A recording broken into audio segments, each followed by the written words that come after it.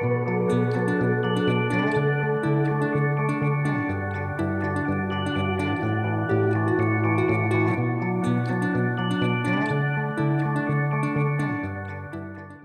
bonjour à tous. Alors, ça va être très très modeste par rapport à ce qu'a introduit Yann. C'est un simple, on va dire, partage d'expérience de ce qu'on a trouvé comme petite solution, on va dire localement, pour arriver, on va dire, à des pas en avant avec nos élèves. Donc, on va se partager le micro pour vous présenter ce qu'on fait.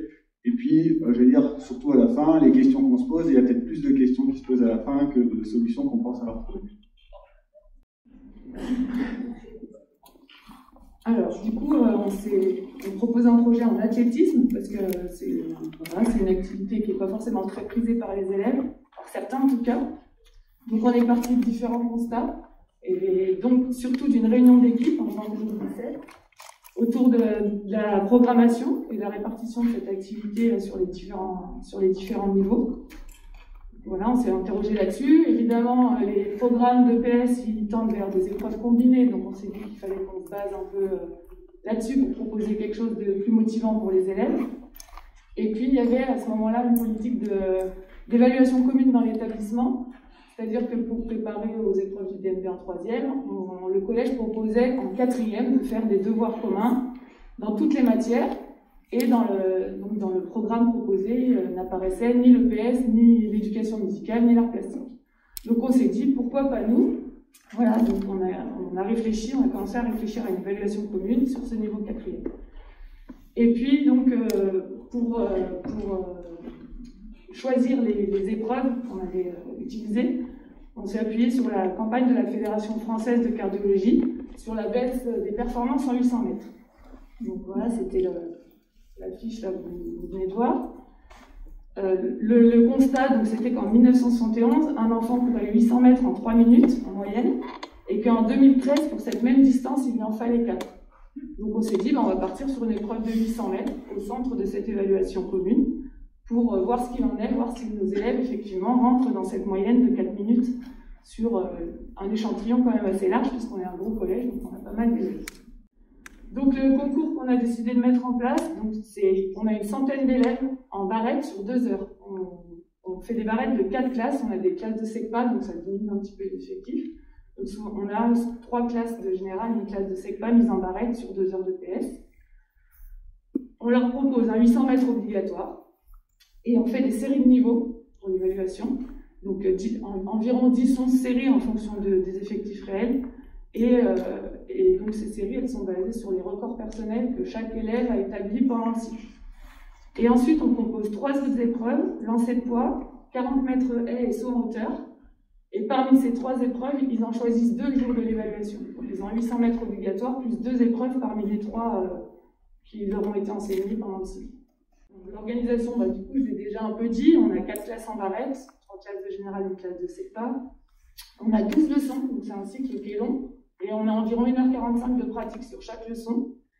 Donc sur ces 4 classes, on fait 4 groupes, et chaque groupe comporte un quart de chaque classe. Donc on mélange les classes à l'intérieur des groupes de travail.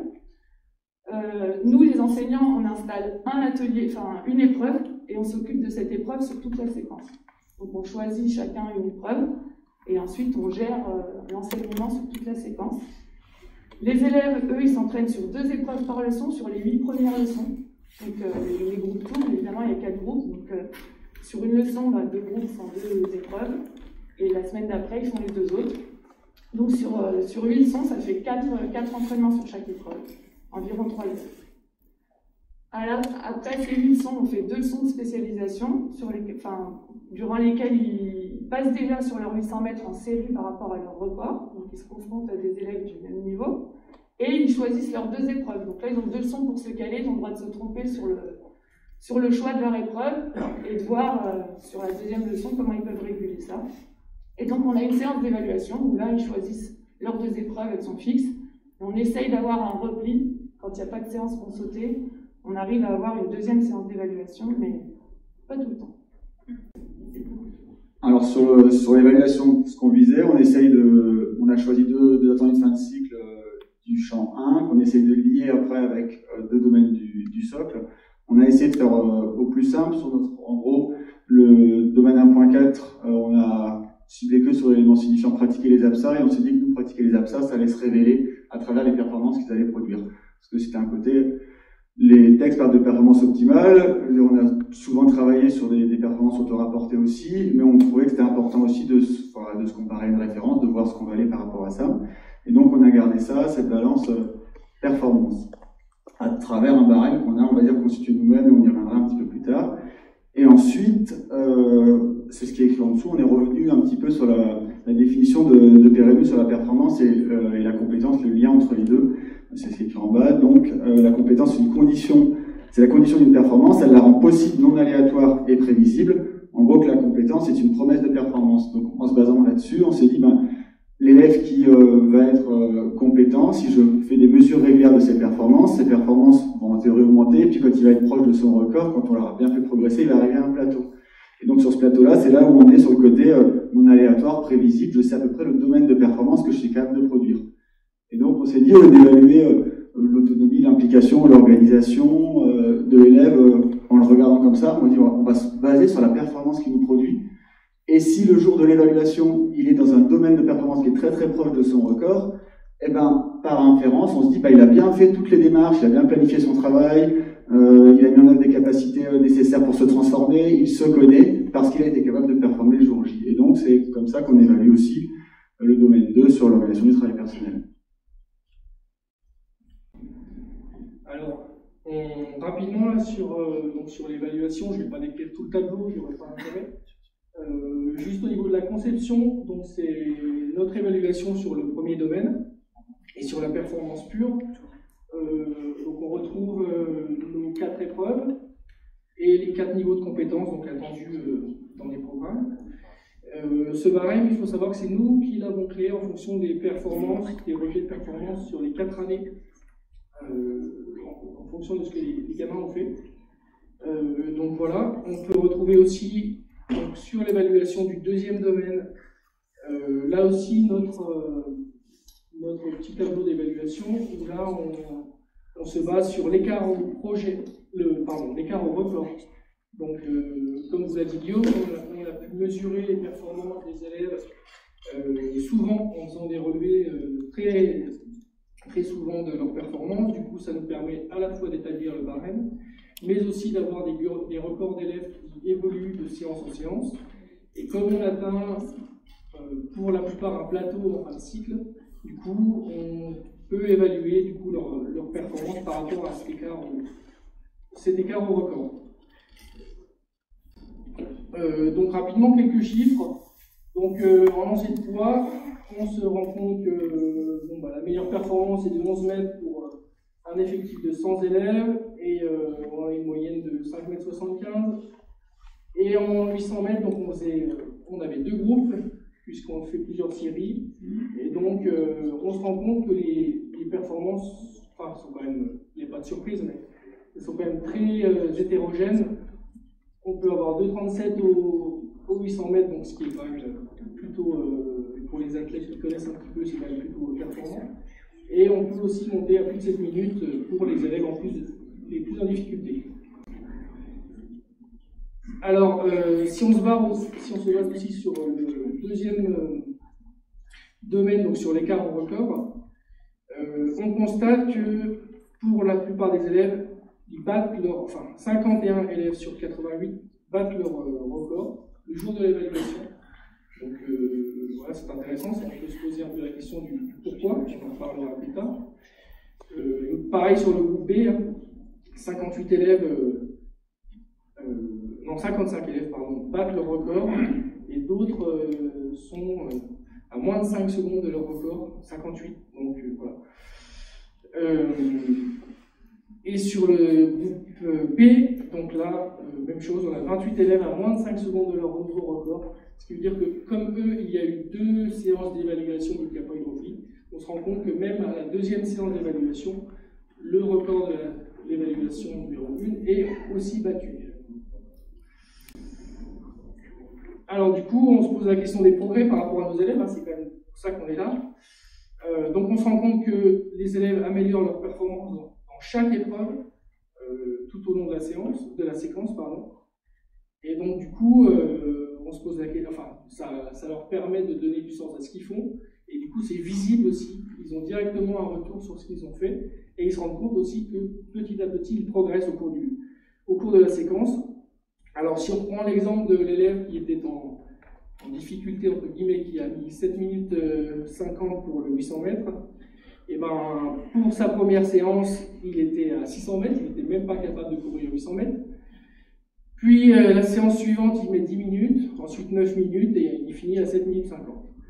Donc, mais bon, pour ce genre d'élèves plus en difficulté, on n'a pas assez de séances pour pouvoir atteindre ce fameux plateau et viser avoir un écart au record qui est significatif.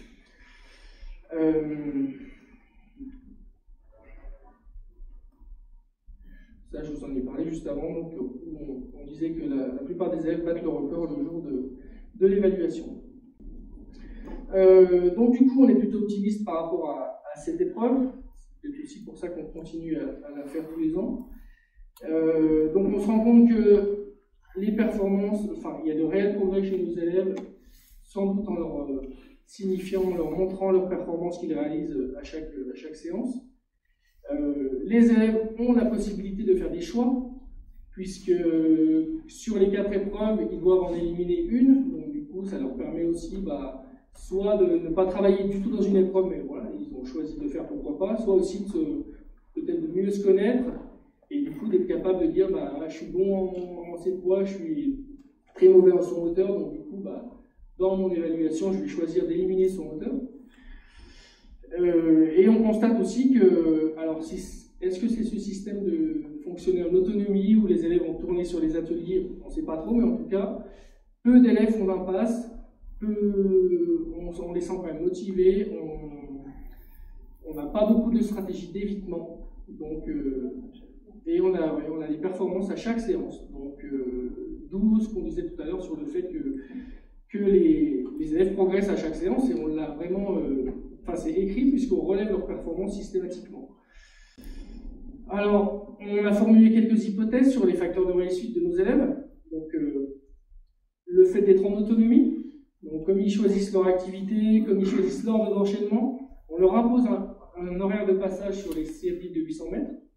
En revanche, après, s'ils veulent faire lancer de poids, s'ils veulent faire son hauteur, dans l'ordre qu'ils veulent, ça c'est eux qui décident, puisqu'ils ont 2 heures, enfin ils ont 1h45 pour passer de partout. C'est eux qui tournent sur les ateliers, c'est eux qui s'organisent en autonomie, avec les copains qu'ils veulent, comme ils le souhaitent. Donc, en tout cas, ça c'est un facteur de réussite. Ensuite, la quantité de pratique. On passe pas beaucoup de temps.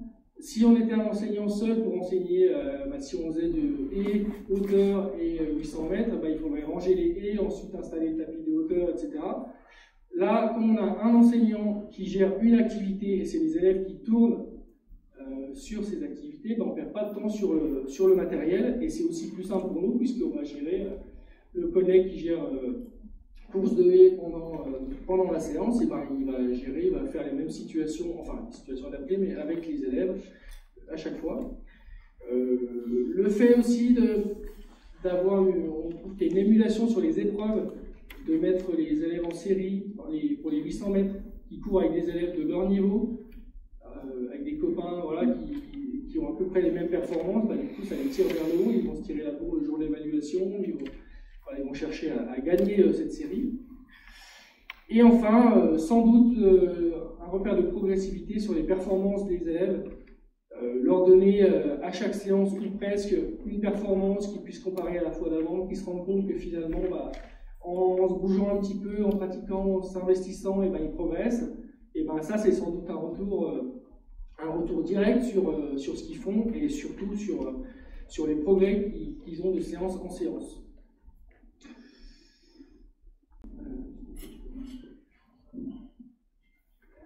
Alors, ça paraît jusque-là un petit peu un bilan beaucoup basé sur l'autosatisfaction, en disant c'est formidable, tous nos élèves progressent, ils améliorent leur performance, c'est magique. Après, quand on est à la confrontation, ce qu'on a dit, de leur record personnel, ça c'est quelque chose qu'on constate, c'est objectif, ils ont amélioré leur record personnel. Alors peut-être parce qu'ils partaient de très bas au début, c'est aussi pour ça qu'on est parti de l'étude, toute la communication de la Fédération française de cardiologie sur la baisse de 25% de leurs ressources. Et après, on s'est dit, ben, finalement, à quoi ça correspond? Si on revient un peu en arrière, sur nos 800, c'était annoncé 4 minutes aux 800. On a une cohorte de 88 élèves qui fait 3057 de moyenne, donc ça corroborerait complètement l'annonce. Et ensuite, sur l'autre groupe, 4-14, c'est même encore au-dessus. Donc, on est retourné, on a regardé, je vais aller trop loin, ah non, c'est bon. On voulait creuser un petit peu là-dessus. Et donc, si on regarde notre barème qu'on a fixé nous-mêmes, on a 18% d'élèves qui sont dans le très satisfaisant, ce qu'on met vers plus sur l'établissement, 46% sur le satisfaisant, 19% qui seraient fragiles et 17% insuffisants sur le 800 mètres. On a comparé avec le barème Le Tessier, c'est Pierre Bavazano qui nous a gentiment passé une table de 86. Et quand on regarde dessus, il y a à côté des fréquences cumulées. C'est-à-dire que le barème était établi en disant on pense qu'il y a 1% d'élèves qui devraient arriver entre 19 et 20 et ainsi de suite. Quand on prend ces fréquences cumulées du barème, sans parler performance, juste les fréquences cumulées, 18% des élèves devraient obtenir plus de 14 sur le barème Le Tessier, 64% des élèves devraient obtenir plus de 9, 64% finalement c'est notre 46 plus notre 18 quoi. 83% des élèves devraient obtenir plus de 6, et puis il ne reste que 17% d'élèves qui devraient avoir moins de 6. Donc quand on regarde les intervalles de répartition, ça correspond à peu près à ce qu'on a fait nous sur notre barème. On a étalé les élèves à peu près de la même manière. Quand on creuse et qu'on se dit on ne regarde pas que les fréquences, on va regarder maintenant les performances réelles sur ce barème-là de 86. On voit que c'est un garçon, mais notre meilleur élève dans 37, ça faisait 19 sur le barème Le Tessier de 86. Donc on se dit, globalement, notre meilleur n'est pas moins bon que le meilleur de l'époque. Mais quand on creuse un petit peu, on constate qu'on sort du barème sur le 86 quand on arrive à 3,50 chez les garçons et à 4,20 chez les filles. Et c'est quasiment la moitié de nos cohortes. Et donc on se dit, finalement, ça a été peut-être sacrément tiré vers le bas. On a augmenté l'étendue des performances de nos élèves. En revanche, si on regarde ce même barème, alors c'est peut-être pas exactement le même, c'est celui de 78, pas celui de 86, parce qu'il manquait la table là. Mais si on prend le lancer de poids, on a 5 élèves qui arriveraient à 20, sur les 100 qu'on a évoqués avant dans le tableau. Notre moyenne serait de 13 sur ce barème-là, et on n'aurait aucun élève en dessous de 5.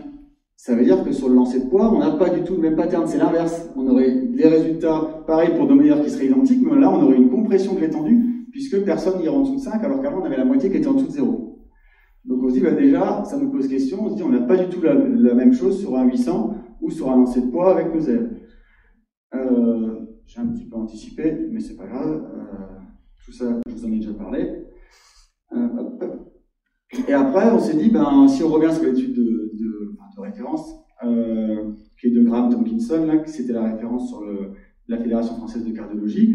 Nous, on a 182 élèves dont on a pris la performance sur l'évaluation finale, et la moyenne est à 4,06 au 800 mètres, puisqu'on avait 3,57 et 4,14. Et j'allais dire, nous, ce qu'on constate, c'est qu'on a quand même travaillé avec nos élèves là-dessus, on les a sensibilisés, on va dire, à la performance, ils ont essayé de se dépasser régulièrement, et que si on prend notre tout premier test, on a 10 élèves qui ne le terminent pas, donc c'est même pas possible de mettre un temps, et sans ces 10 élèves les moins performants, on est à 4,37 de moyenne. Ça veut dire que quand on les réinjecte dedans, ça fait déjà en plus augmenter la moyenne, mais qu'à la fin, si on s'en sort à 4,06, c'est qu'on a quand même eu quasiment 30 secondes de progrès à l'échelle de 200 gamins. Alors on est retourné sur le site de la Fédération française de cardio parce qu'on voulait essayer de récupérer la référence, et ça c'est la capture d'il y a 2 semaines, et on constate que finalement sur leur site, on parle plus de 800 mètres, on parle de 600 mètres. Et là c'est plus tout à fait la même chose, parce que ça fait quand même 25% de différence. Et j'allais dire, là si on regarde la table de Le Tessier de 86, le 4 minutes au 600 mètres, il n'est même pas dans la table.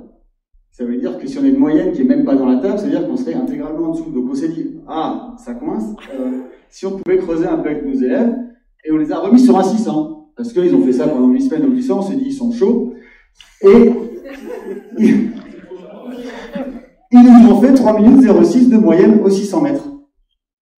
Ça veut dire que là, on a la même chose qu'en 1971. Alors, on ne prétend pas être représentatif de la population française, on n'a que 180 gamins, mais en revanche, comme ça fait 3 ans ou 4 ans que sur le 800 mètres on est autour de 4 minutes, c'est tout à fait cohérent que sur le 600 on soit autour de 3 minutes au bout de 3 ans, 4 ans, donc sur une cohorte de quasiment 800 élèves. Ça veut dire que ces RSA de 71, ben, on arrive dessus. Donc, ce qui questionne, c'est de dire, on met pas du tout, enfin, pas nécessairement en doute le fait que nos élèves aient des capacités physiques qui diminuent, mais quand on se base sur un argument en disant, un slogan choc en disant, c'est 4 minutes au 600, mais qu'ensuite nos élèves font 3 minutes au 600, on se dit, bah, dans ce cas-là, ils ont rien perdu.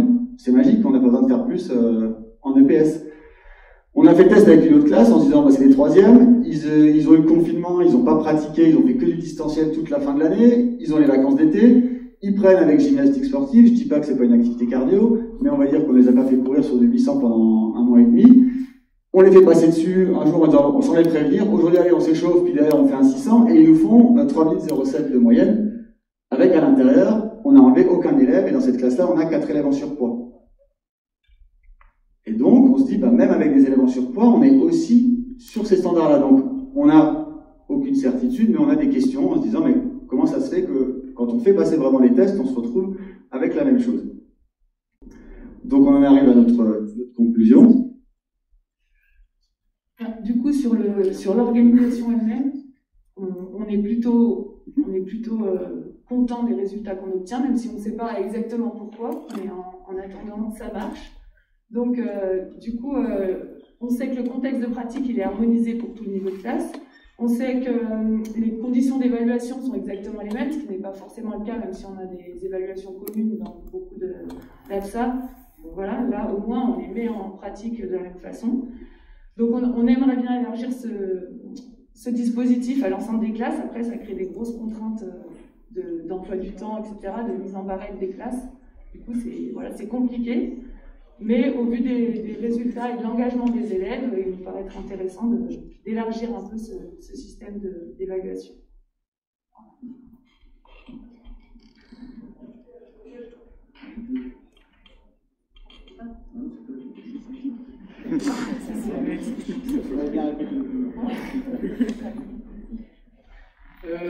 Oui, alors du coup, en petite de conclusion, donc, on constate que ce dispositif sur les 4 années permet à nos élèves de progresser. Alors, au niveau physique, certainement, vu qu'on a des chiffres qui le disent, hein, et surtout aussi en termes d'autonomie. On constate que le fait de les laisser un peu plus tranquilles, de ne pas toujours être sur leur dos, de les laisser choisir leur activité, et ben finalement, ils ne s'en sortent pas plus mal, au contraire. Ça les responsabilise, vu que les installations, alors on est tous sur le même secteur, mais ils doivent quand même se déplacer, ils doivent aller sur le plateau, après ils doivent prendre des escaliers pour aller au niveau du gymnase, donc, il y a peut-être 200 mètres, mais en tout cas, le fait de se déplacer tout seul, d'aller eux-mêmes sur les activités, en autonomie, comme ils veulent, quand ils veulent, avec qui ils veulent, et ben, on se rend compte qu'il n'y a pas beaucoup d'élèves qui se mettent de côté, la plupart jouent le jeu, et on a peut-être moins besoin d'être derrière eux, comme quand on a une classe où on est seul avec eux, à toujours chercher à les tirer vers le haut.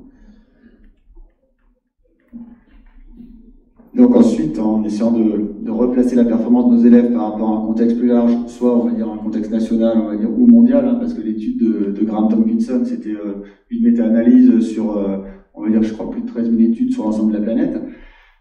Et puis après, par rapport aussi, on va dire, on disait à leurs grands-parents, dans les années 70, quelles étaient les performances.